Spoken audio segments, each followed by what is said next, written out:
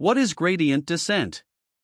If you have ever trained a machine learning model or even heard the words neural network, gradient descent is the algorithm doing the work under the hood. Here is the simplest way to say it: gradient descent is how a model learns. It looks at how wrong it currently is, then adjusts its parameters to be a little less wrong.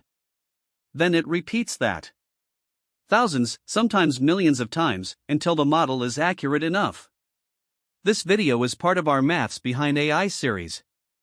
We are going to build up the full picture, from the intuition of rolling downhill, through the mathematics, through momentum and adaptive optimizers, all the way to the training loop you actually write in PyTorch. No shortcuts. Let us start. Imagine you are standing on a hilly landscape wearing a blindfold. Your goal is to find the lowest point in the valley. You cannot see anything, but you can feel the slope of the ground under your feet. So you take a small step in whichever direction feels most downhill. Then you check again and take another step. That is exactly what gradient descent does. The landscape is the loss function, a mathematical surface where height represents how wrong the model is. Lower is better. The slope at any point is the gradient. And each step is the weight update. The core insight is this: at every position on the loss landscape, the gradient tells you which direction is steepest uphill. So to go down, you step in the exact opposite direction. Before gradient descent can run, we need something to minimize. That is the loss function. The loss function takes the model's predictions and the true labels, and returns a single number representing how wrong the model is. Lower is better. 0 means perfect. For regression problems, predicting continuous numbers like house prices, the most common loss function is mean squared error, or MSE. You take each prediction, subtract the true value, square it to make it positive, and average over all your samples. Squaring is key. It penalizes big errors much more than small ones. For classification, predicting categories like cat versus dog, cross-entropy loss is the standard choice. It measures the gap between the predicted probability distribution and the true one-hot distribution. The choice of loss function shapes the entire gradient descent process. It defines what better means. And it must be differentiable. We need to be able to compute its gradient at every point. The derivative. You probably remember this from calculus. For a function of one variable, the derivative at a point tells you the slope of the curve, how much the output changes when you nudge the input. Gradient descent generalizes this to functions of many variables. A neural network has millions of parameters, millions of weights. The loss is a function of all of them simultaneously. We need to know, if we nudge weight number 1, how does the loss change? If we nudge weight number 2, how does it change? And so on for all millions of weights. The gradient is the vector that contains all of these answers simultaneously. It is the partial derivative of the loss with respect to every single weight, collected into one vector. This vector points in the direction of steepest descent, the direction that increases loss the fastest. So gradient descent steps in the exact opposite direction. In PyTorch, the entire gradient computation is automated. When you call loss.backward, the framework computes the gradient of the loss with respect to every single learnable parameter in the entire network. All at once. That is automatic differentiation. Let us make the math completely concrete with a one-dimensional numerical example. Suppose our model has a single weight, currently set to 3. Our loss function is simply weight squared, so the current loss is 9. We want to find the weight that minimizes this loss, which is obviously 0. Step 1. Compute the gradient. The derivative of w squared with respect to w is 2w. At w equals 3, that is 6. The gradient is 6, meaning the loss is rising steeply as w increases. Step 2. Choose a learning rate. We will use 0.1. This is our step size. Step 3. Apply the update. New weight equals old weight minus learning rate times gradient. 3 minus 0.1 times 6 equals 3 minus 0.6 equals 2.4. Step 4. Check the new loss. 2.4 squared equals 5.76. We started at 9. We are now at 5.76. We have reduced the loss by over 30% in a single step. Run this process again and again. After each step, the weight gets closer to zero and the loss approaches zero. That is gradient descent. The learning rate is arguably the most important hyperparameter in all of deep learning. Get it wrong and nothing works. Here is what happens with a learning rate that is too small. Let us say 0.02. Every update is a tiny step. The model makes progress, but it is painfully slow. You might need 10 times as many iterations to converge. In practice, training could take days instead of hours. Now a learning rate that is too large, say 0.9. The step is so big that you overshoot the minimum completely. You land on the other side of the valley, higher up. Then you overshoot again in the other direction. The model oscillates wildly.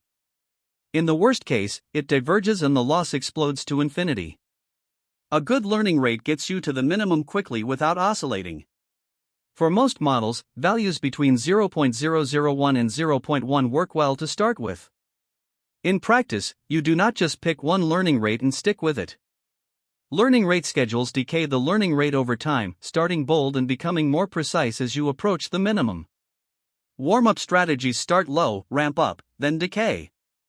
And adaptive optimizers like Atom automatically tune the effective learning rate per parameter. Now let us talk about how many data samples you use to compute each gradient update. This creates three distinct variants of gradient descent. Batch gradient descent uses the entire dataset to compute each update. The gradient is exact, no noise, stable path to the minimum. The problem: if you have 1 million training examples, you have to process all 1 million before taking a single step. That is computationally very expensive, and it does not even fit in GPU memory for large datasets. Stochastic gradient descent, or SGD, uses a single random sample per update. You compute the gradient on just one example, update the weights, pick another example, update again. This is extremely fast. You take a step for every single sample. The problem: the gradient of one sample is a very noisy estimate of the true gradient. The path to the minimum is erratic, jumping around a lot. Mini-batch gradient descent is the best of both worlds. You pick a small random subset, typically 32 to 256 samples, compute the gradient on that batch, and update. The gradient is noisy enough to help escape local minima, but stable enough to converge reliably. And the batch size is chosen to fit neatly on a GPU for maximum speed. This is what every modern deep learning framework uses by default. Plain gradient descent has a problem: narrow curved valleys. The gradient in the narrow direction is large, so you overshoot repeatedly. The gradient in the flat direction is small, so you barely move. The result is a zigzagging path that converges slowly. Momentum fixes this. Instead of just using the current gradient, you track a running average called velocity, accumulating past gradients like a ball rolling downhill that builds up speed. You update the weights using this velocity rather than the raw gradient. Momentum carries you smoothly through flat regions and damps the oscillations in narrow valleys. Atom, which stands for Adaptive Moment Estimation, takes this further. Atom tracks two quantities per parameter: the first moment a running average of the gradient itself and the second moment a running average of the gradient squared. It divides the first moment by the square root of the second moment. The effect is that parameters with consistently large gradients get smaller effective step sizes, and parameters with small gradients get larger ones. Every single parameter gets its own automatically tuned learning rate. Atom with a learning rate of 0.001 is the default starting point for the vast majority of deep learning projects. It almost always just works. Real loss landscapes for deep networks are not smooth convex bowls. They are complex terrains with all kinds of obstacles. Local minima are points where the gradient is zero but the loss is not at its global minimum. You are in a valley, but not the deepest one. Gradient descent finds a local minimum and stops there. For shallow networks and problems like linear regression, this is a serious issue. For deep networks, however, most local minima have similar loss values to the global minimum. The landscape is so high-dimensional that escaping one minimum typically leads to an equally good one. Saddle points are arguably the bigger problem in deep learning. These are points where the gradient is zero, but they are not minima, they are minima in some directions and maxima in others. Gradient descent can get stuck here for a long time. Momentum helps carry the optimizer past these flat regions. Two issues unique to deep networks are vanishing and exploding gradients. As gradients flow back through many layers via the chain rule, they get multiplied together repeatedly. If weights are small, the gradient shrinks exponentially to near zero and the early layers learn nothing. If weights are large, the gradient explodes. Solutions include the ReLU activation function, batch normalization, careful weight initialization, skip connections as used in ResNets, and gradient clipping. How does gradient descent actually compute the gradient for a neural network with hundreds of layers and millions of parameters? That is backpropagation. Backpropagation is not a different algorithm from gradient descent, it is the efficient method for computing the gradient that gradient descent needs. Without it, training modern networks would be computationally impossible. Here is the process. First, the forward pass, you feed the input through every layer from left to right, computing activations and storing them. Then you compute the loss. Next, the backward pass. You start at the output layer and compute the gradient of the loss with respect to the output activations. Then you propagate that gradient backwards through each layer, using the chain rule of calculus to compute how the loss depends on that layer's weights. By the time you reach the first layer, you have the gradient of the loss with respect to every single weight in the network. This computation is efficient because it reuses intermediate values computed during the forward pass. A framework like PyTorch builds a computational graph during the forward pass that records every operation.